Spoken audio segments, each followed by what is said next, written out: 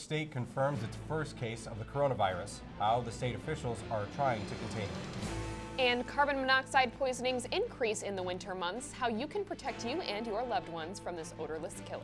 And later, 14 states tonight will hold their primaries tomorrow, with many candidates dropping out. Who is still left in the race? WTOP 10 Nightly News starts now.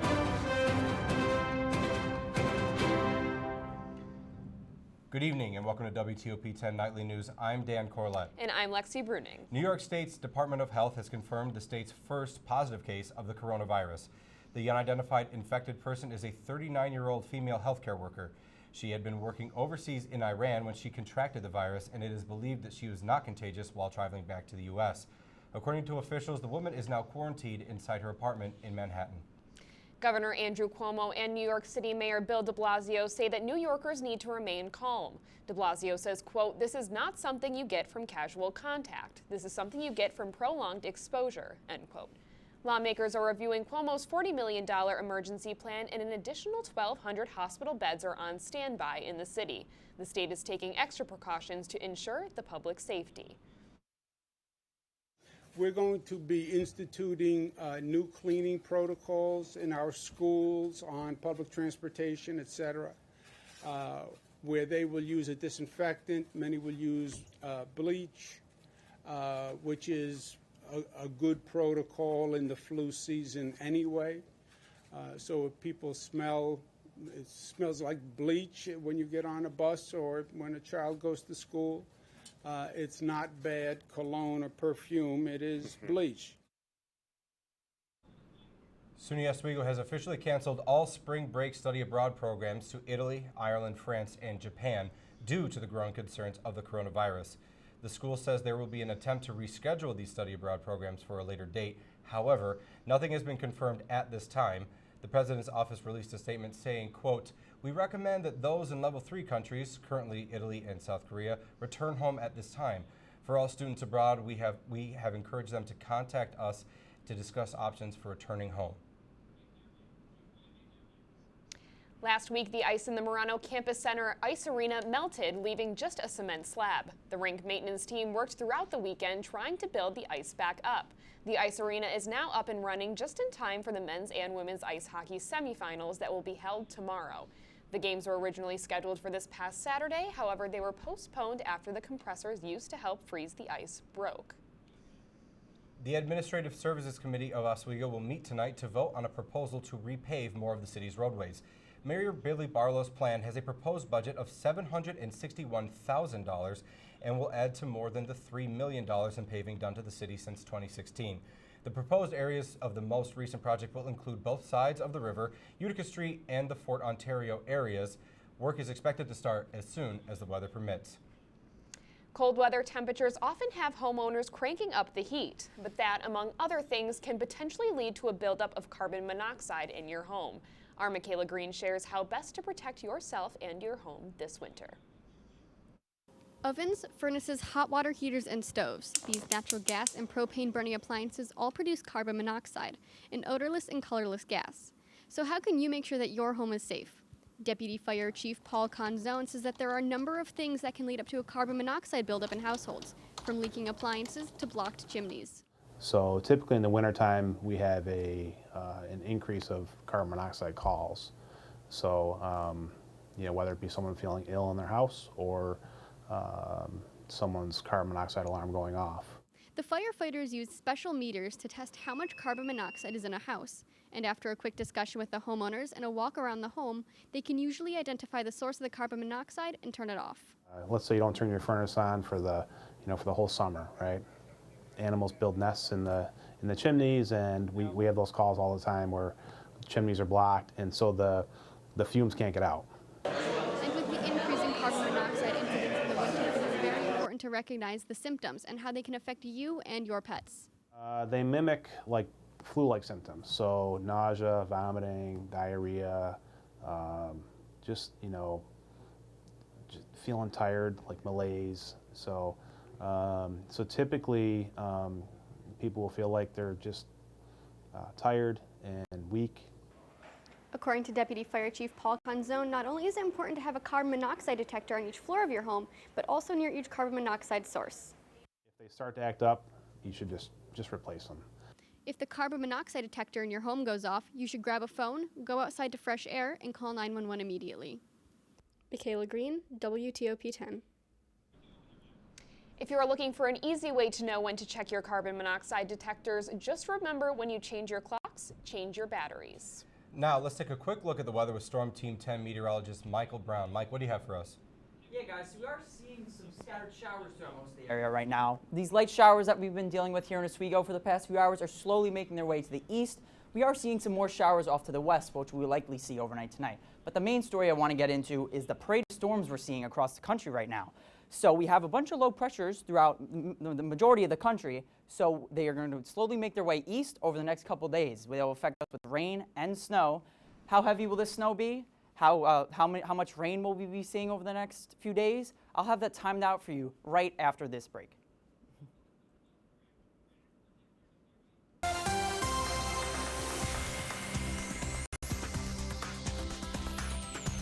Welcome back, everybody, and good evening. I'm Storm Team 10 meteorologist Michael Brown, here to take a look at the weather. So, taking a look at the radar again, we have the scattered showers moving off to our east. They'll be hanging around for most of the night tonight, as well with some mostly cloudy skies. Now, let's take a quick look at what we saw today. We had some decently warm temperatures for this time of year.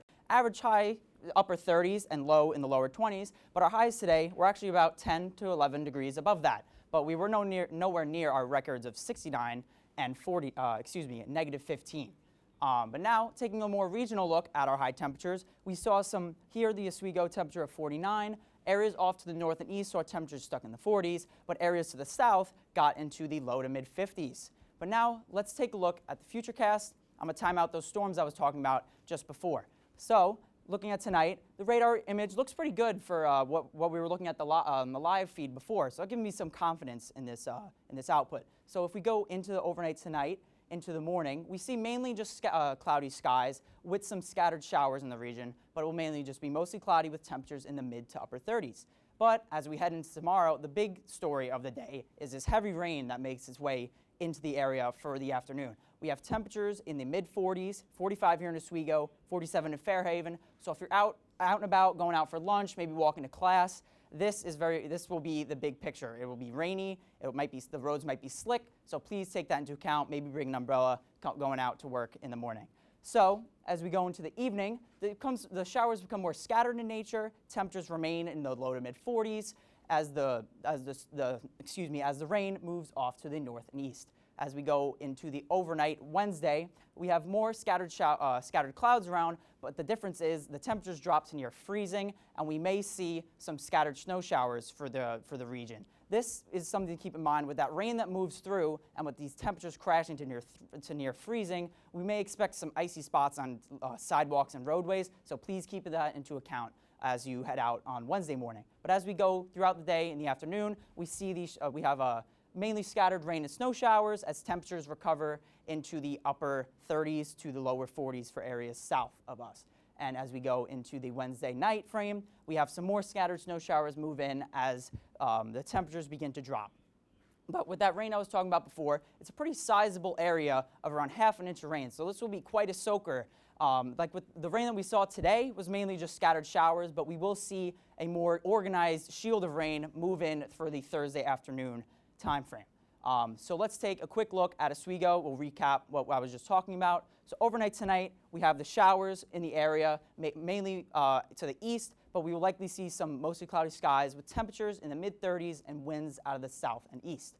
But as we go into tomorrow, we'll expect that moderate rain to move into the area with winds switching to the southwest, staying rather light, about 5 to 10 miles per hour. And taking a look at our 7-day forecast, here's the rain.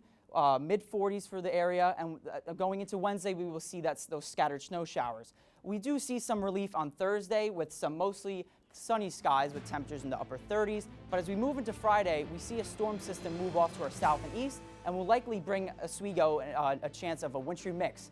Going into the weekend, we get colder, but temperatures seem to quickly recover going into the end of the forecast period. I'm Storm Team 10 meteorologist Michael Brown. We'll have more after the break.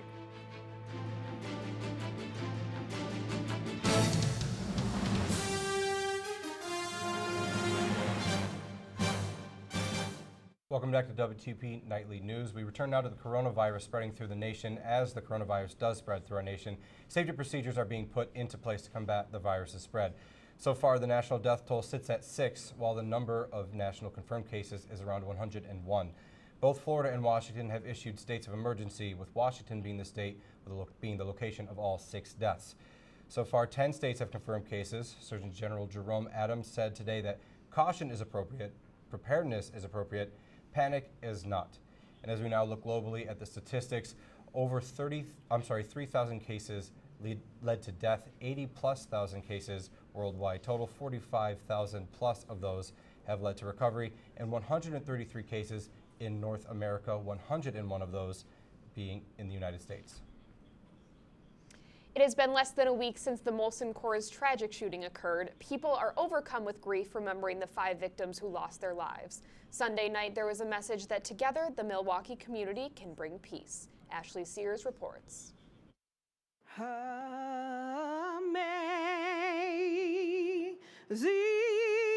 grace. Outside of City Hall in downtown Milwaukee, a community comes together. Let us take time to pause and remember Jean, honoring 5 people, Jesus, who lost their lives. Dana, Many in the crowd Trevor, never knew the victims personally, Dale, but have now felt their impact. We must be the peace that we so desperately seek, and we must be the peace that we so desperately need. City leaders offer guidance from Milwaukee's mayor. We must remember these individuals, but we must go on as a community together. To the police chief. For you, we pray for you, and may God bless you. Prayers from all denominations are said to comfort the grieving. Hatred never ends through hatred. And a chant of solidarity. Unity! Echoes. Love! Respect! In the city. A community in mourning, finding comfort in each other. As we return to work tomorrow, these families will go on with a new normal. And if we don't become better as a society, from their sacrifice, then their lives will be lost in vain. Vowing to stand up against violence and prevent more tragedy.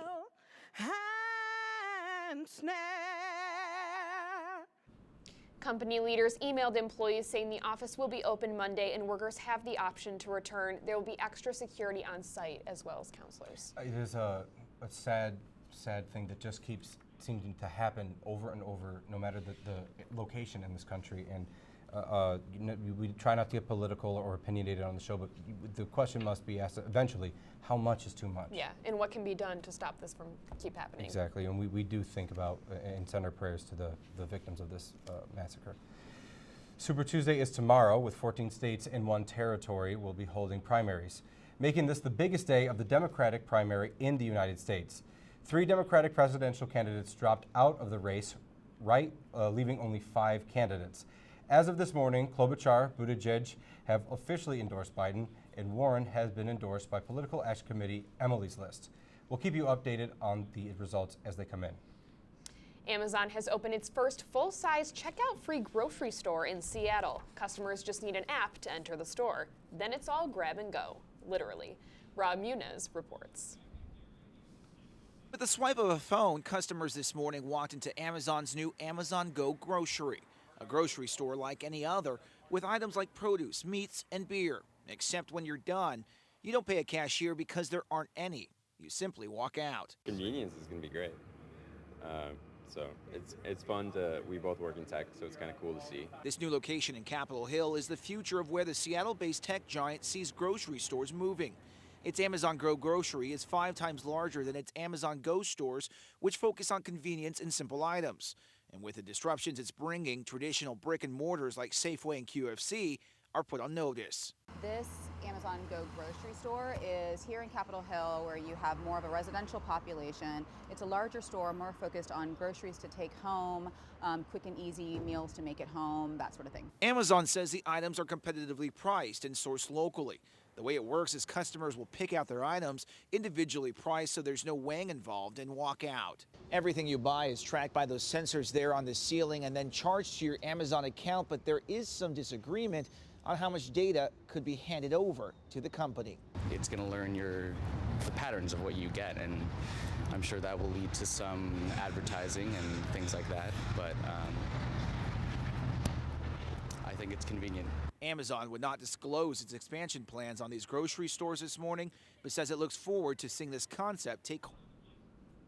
Though no employees will be checking out customers, workers will be there to greet customers, answer questions, and restock shelves. Now we switch to international news. The Vatican is ready to release its articles on a former pope, particularly Pope Pius VII. The former pontiff has been long accused of failing to condemn the Holocaust during his time at the Holy City. Pius took the role of pope 6 months before World War II engulfed Europe. However, critics and activists have called for a review of Pius's papacy, particularly his refusal to intervene when Jews were taken from Rome to Auschwitz. Current Pope Francis stated that, quote, "The Vatican is not afraid of its history." According to the South Korean Defense Ministry, North Korea has fired 2 unidentified projectiles into its eastern sea. The ministry says they were launched from the city of Wonsan. This comes just days after leader Kim Jong-un made a rare public appearance to oversee military drills. South Korea's Joint Chiefs of Staff says the South Korean military is, quote, monitoring related movements for possible additional launches and maintaining its readiness. Coming up after this next break, we have sports with Brian Rudman. Brian, can you give us a quick preview? Of course, coming up, it's finally playoff time in Oswego after the ice delay, as both the men's and women's hockey teams will take the ice tomorrow. And I'll bring you up to date on the latest from the NFL Draft Combine and a back-and-forth affair on the hardwood that provided plenty of highlights from 2 of the league's brightest stars. All this and more coming up. You're watching WTOP 10 Nightly News. We'll be right back.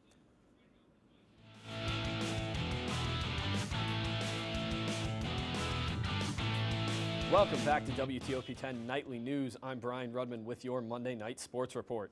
Starting off in the wheelhouse, as after a long break from the action, both the men's and women's ice hockey teams will take to the ice tomorrow for their semifinal matchups in conference. Starting with the women, they'll take the ice at 3 p.m. against Morrisville State, while the men will have to wait till 7 p.m. to face off with their arch rival, the Plattsburgh Cardinals. The Lakers will look for the season sweep of the Cardinals, having already won 3-0 on Whiteout back in November and winning on the road 4-2 back in January.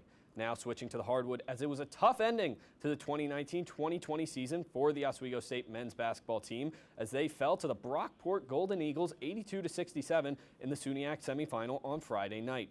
The 4th-seeded Lakers were not able to fight off the 1-seeded Golden Eagles, who were led by Tyler Collins and Danny Ashley, who each had 18 points. For the Lakers, they were led by freshman Jamal Achille, who contributed 19 points. With the loss, the Lakers will end the season at 19-8.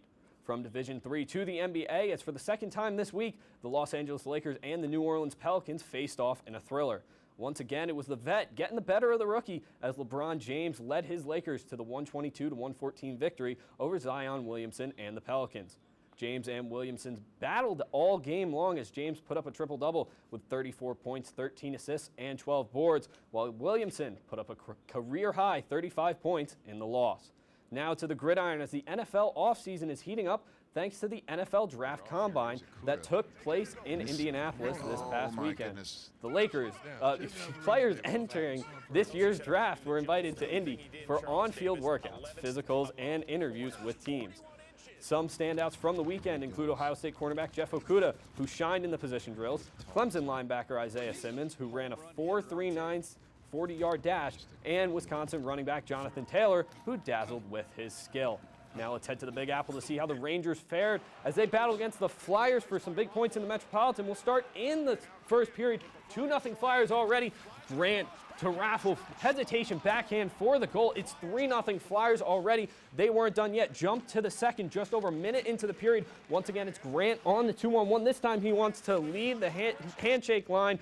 Flyers cannot be stopped. Later in the period, it's 4-1 Philly on the power play, and they're making Gritty proud right now. Voracek grabs the helper as Konechny deflects it in. Take another look just past the goalie. Now move to the third, it's 5-1. Rangers starting to fight back. Textbook power play as it's put on net, and Bushnevich knocks it in. Deficit down to 3. Rangers weren't done yet. They keep it going. Later in the period, Rangers once again on the man advantage. Puck's going to find its way to Panarin Sick, and he's going to find Zibanejad right in front of net. Beats Hart for the goal. That's all they get, though, as the Flyers win it 5-3. With the loss, the Rangers fall to 35-26-4. They're now in 7th in the Metropolitan Division. That was all exciting and whatever, but we got to talk about tomorrow, Brian. Whiteout Part 2 back at the Wheelhouse. Brand new ice, a Hosuniak game. Everything's on the line, Brian. Yeah, absolutely. It doesn't get better than this when you get two big rivals in conference going at it. Winner take all, loser goes home. You know, there's going to be plenty of motivation on both sides. The fans are going to be going wild in the Wheelhouse tomorrow. It should be a really exciting game. And you could see it here, WTOP 10. Right here, 6:30, Hockey Hockey Night in Oswego. Hockey Night in Oswego, 6:30. We have a couple more stories for you guys. Today marks the annual celebration of National Red Cross Day. The American Red Cross honors and pays tribute to their volunteers across the nation who sacrifice their time assisting those in need. The nonprofit organization provides shelter, food, and support to victims that have experienced unfortunate events or catastrophes. To kick off the month of March, the organization will continue to recognize the heroic help members contribute every day. Let's talk about the sky, Mike. Yeah, I mean, it's looking pretty active over the next few days. We have some rain tomorrow, I was talking about before. It looks pretty heavy. Probably get over a half-inch of rain. No snow for a change. But then we do change over to snow Wednesday, and then we'll see how that storm pans out for Friday. It looks like a wintry mix right now, but we'll just have to wait and see. Yeah, and I know you said it was a little bit chillier into Saturday, but are we going to see some sun? How's the weekend looking? Everyone's favorite time of the week. Yeah, I mean, the weekend doesn't look too bad. Doesn't look like we'll see precipitation around, but I mean, it will be a little cold on Saturday, a little bit below average, but we quickly recover for Sunday, going into the 40s. Yeah. Yeah, all right. Well, that is our report for tonight, and we hope you stay tuned for WeatherWise. Thank you for watching, and have a great night, everyone.